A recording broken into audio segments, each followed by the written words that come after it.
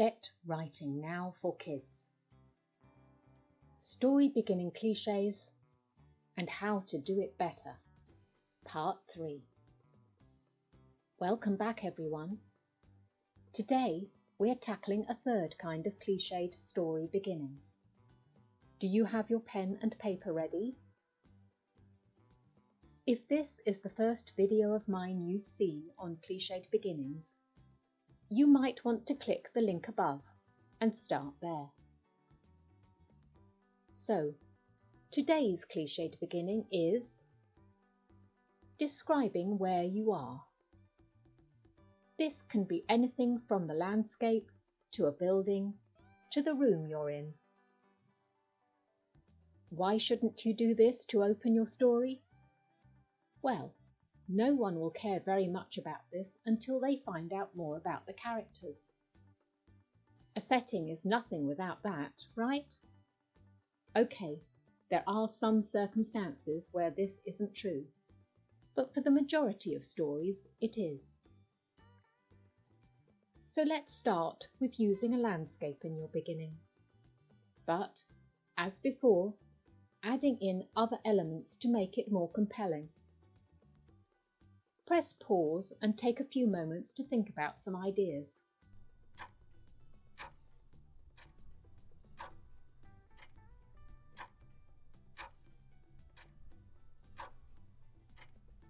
Here's mine. The Appletop Mountains were indeed stunning, when seen from a distance, but when you were forced to hike up them, carrying a pack as heavy as your own weight, their allure began to wane. In this example, we know that there's a stunning mountain range, and we also find out something about the main character. It's not exactly clear why this character is hiking up the mountain with a heavy weight, so we need to read on to find out. Let's try using a building. Pause and jot down some ideas of your own.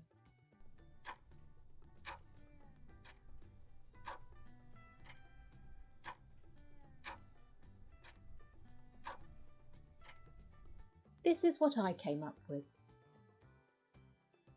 When I put brush to paper, an impressive Gothic tower turned out more like the silhouette of an unusually dark cypress tree. Yes, this one's a little obscure. It's possible the person isn't even in front of the tower, but we won't know that until we move on, and we have learnt something about the character. Their painting leaves a lot to be desired, but for some reason, they're still doing it. Finally, it's the turn of an indoor location. Pause and get writing down your ideas.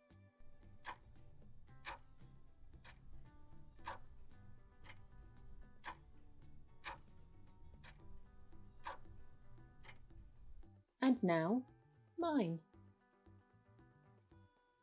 Polished tiles are rarely good for walking on, especially when you're wearing high heels and hundreds of sets of eyes are watching you. Here, you know that you must be in a big room, and that it's probably quite grand if it has highly polished tiles.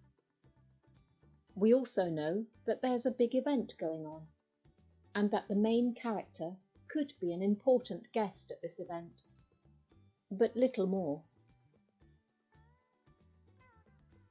Let's summarise. Long descriptions of landscapes and buildings without any context keep us from getting into the story. It's best to avoid them, as readers may give up. Only give one or two small details at first. You can always add more later. Put people into that setting straight away to show action. And, as always, make it intriguing.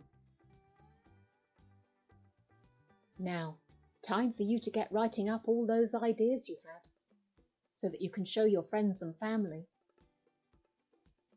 If you enjoyed this video, give it a thumbs up and don't forget to subscribe. Next week, we'll be taking a final clichéd opening and trying to add some more depth to it. Make sure you don't miss it.